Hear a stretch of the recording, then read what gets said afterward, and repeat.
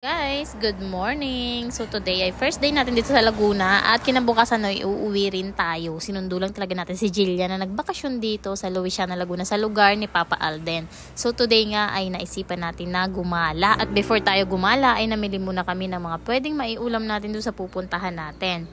Alam nyo na kung saan tayo pupunta. Sa Taytay Falls guys, sa Mahayhay, Laguna. Sino sa inyo nakapunta na doon? Naku po, ang ganda. Ayan, abangan nyo sa mga susunod na video guys. So ngayon namili muna kami ng prutas, tapos yung tilapia na gagawin natin. Apiprito lang namin. Tapos pumili rin kami ng baboy, pang sinigang. And ang mahal-mahal, grabe. Tingnan nyo naman kung magkano na agad yung ating grapes at saka yung ating mangga. Diyos ko po, mahigit 500 na po. At sila nanay nga ay naka-tricycle. So nauna na sila. Ayan, naalala nyo ba yung mga ganitong jeep? Kapag dito kayo Santa Cruz, sa Louisiana, Lucban, Quezon, ganyan yung makikita yung mga jeep. At kahit nga maulan ay talagang hindi tayo napigilan. Ayan, dyan tayo pupunta sa nababasahin natin.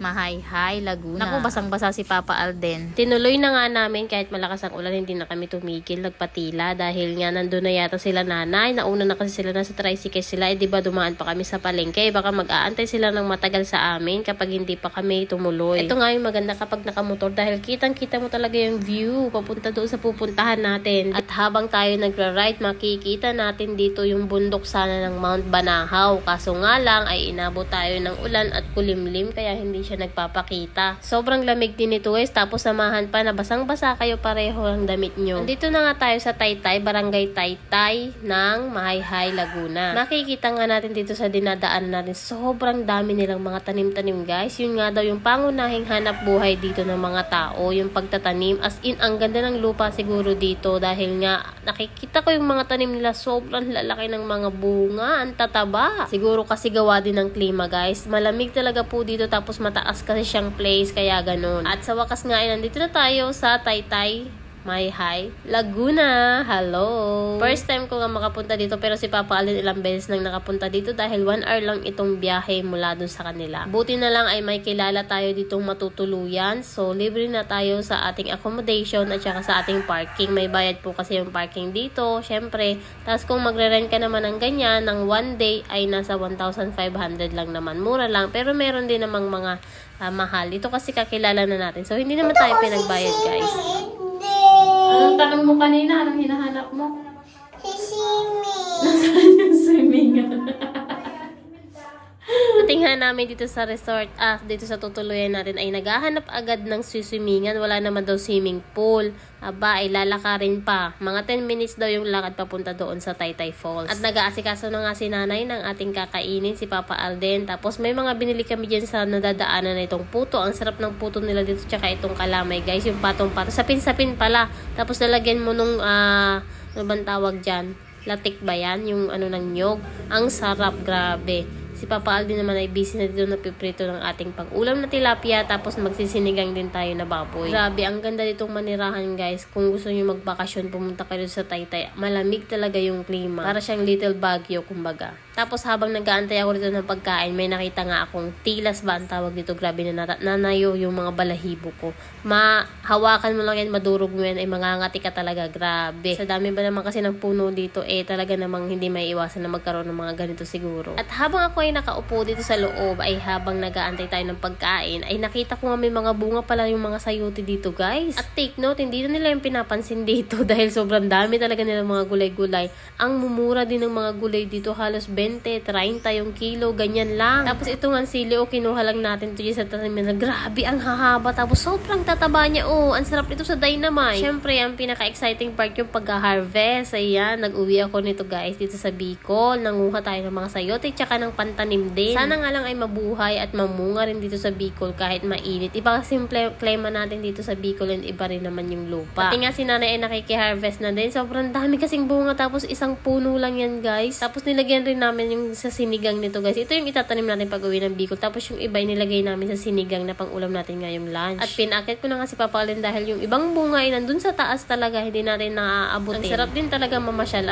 Tapos may ganito sa paligid. Libre pa. Siyempre ang ating chef ay nagluto nagluto na rin ng sinigang. Ewan ko anong oras pa yan lalabot dahil wala tayong pantakip nun sa kawali talaga. At nag-prepare na nga rin ako ng ating kakainan sa dahon na lang para mas masarap. Ito nga yung maganda kapag nag-nature trip kayo. Yung sa dahon kayo kakain tapos mga ganito lang yung mga ulam nyo. Ay nako, perfect. Kamustahin na muna natin yung ating sinigang na merong mga sariwang mga gulay-gulay galing lang sa paligid. So ito na yung mga sayote, may talbos ng kamote, yung sili, tapos yung di ko alam ang tawag doon, yung parang maliit na hawayan na dahon. Naku, ang sarap nung sinigang na to guys, grabe as in. Tapos alam nyo ba yung pinasigang namin, gamit lang namin ay kalamansi, kaya mas lalong talagang yung asim niya perfect na perfect. Siyempre, isa rin natin si Ate Belen. Ang asawa niya po ay kapatid ng nanay ni Papa Alden. Si Ate Belen ay may kapatid dito sa Mahay Laguna at siya yung caretaker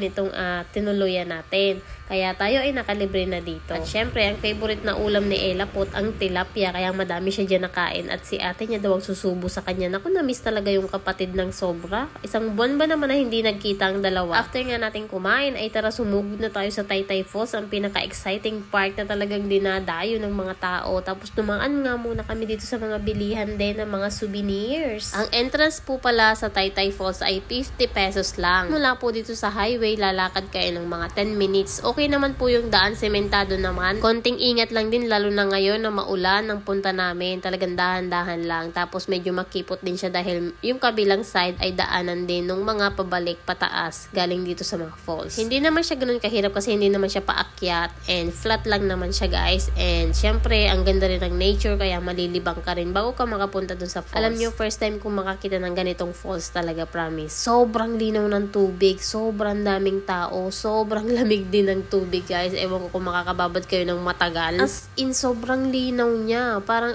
pag pinasok, tingnan mo naman itong kanal na to. Ang dami pa niyang taong nakaupo dyan. Pero sobrang linaw. Grabe. Yung iba nga daw dito ay natutulog. Nag-overnight sila. May mga tent lang sila. Tingnan nyo naman ang kanal. Sobrang linaw. Lalo na doon sa pinaka-falls. Ano lang talaga, narong timing lang tayo dahil sobrang lakas ng ulan ngayon. Pero makikita mo, sobrang dami pa ring tao kahit ang lakas-lakas ng ulan. And taran! Ito na yung falls guys. Ayan na siya. Grabe. Maliit lang naman pala. Iniisip ko kasi mataas yung falls.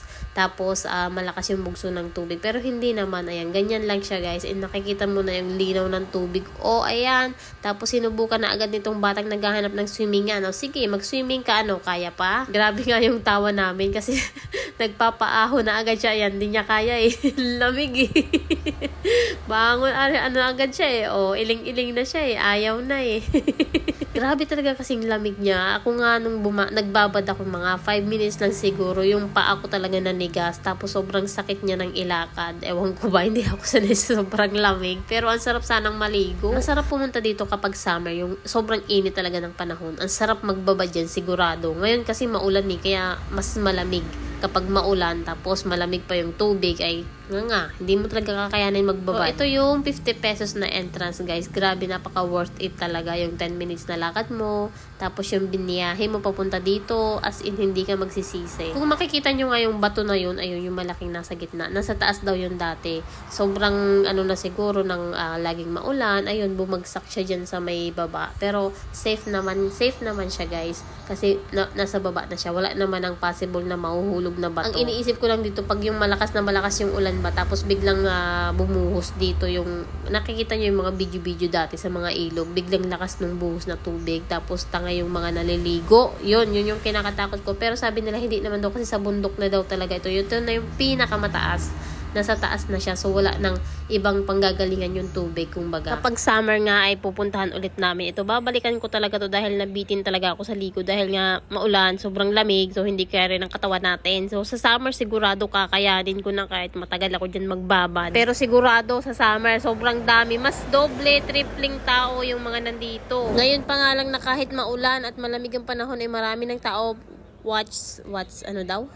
Paano pa, 'di ba? Paano pa? How much more people sa panahon ng summer dito. Grabe. Nakikita nyo, walang masyadong tao dito sa park na to dahil nga malamig talaga at maulan. Nandun lang sila, nagtatapisaw ng kanilang mga paa-paa. Bala ko sanang umakit sa bato na to kaso nga lang bawal pala. Madulas daw, baka mahulog. So, paano ba yan? Dito na lang yung vlog natin sa susunod na lang ulit. Bye-bye, Taytay Falls. Babalikan kita, promise. Nilalamig na rin kasi itong mga batutay. Wala naman kami mga dalang damit dahil nga 10 minutes walk lang naman siya dun sa tinutuluyan natin. So, sabi ko, dun na lang magbibihis. Dahil naulan rin naman, mababasa rin kapag nagbihis tayo ng tuyo na damit. Before nga tayo umuwi, ay nagbibili pa nga dito si Ate Jillian ng mga souvenir. Ewan, kung mga bracelet yata yung pampasalubong yata sa mga kaklase niya sa Bicol. Sa mura kasi ng sili dito, ayan, nagtitinda sila ng mga nasa bote. Tapos may kasama na yung nasuka. Ang sarap siguro niyan, guys, sa usawa ng lumpia. Oh. Basta nakaka-amaze tong lugar na to. Kung may time kayo, guys, malapit kayo dito, bumisita kayo. At syempre, hindi makukumpleto yung pagbisita mo dito sa Laguna kung walang pansit habhab. Okay, yun lang for this video. Thank you so much for watching. Bye-bye!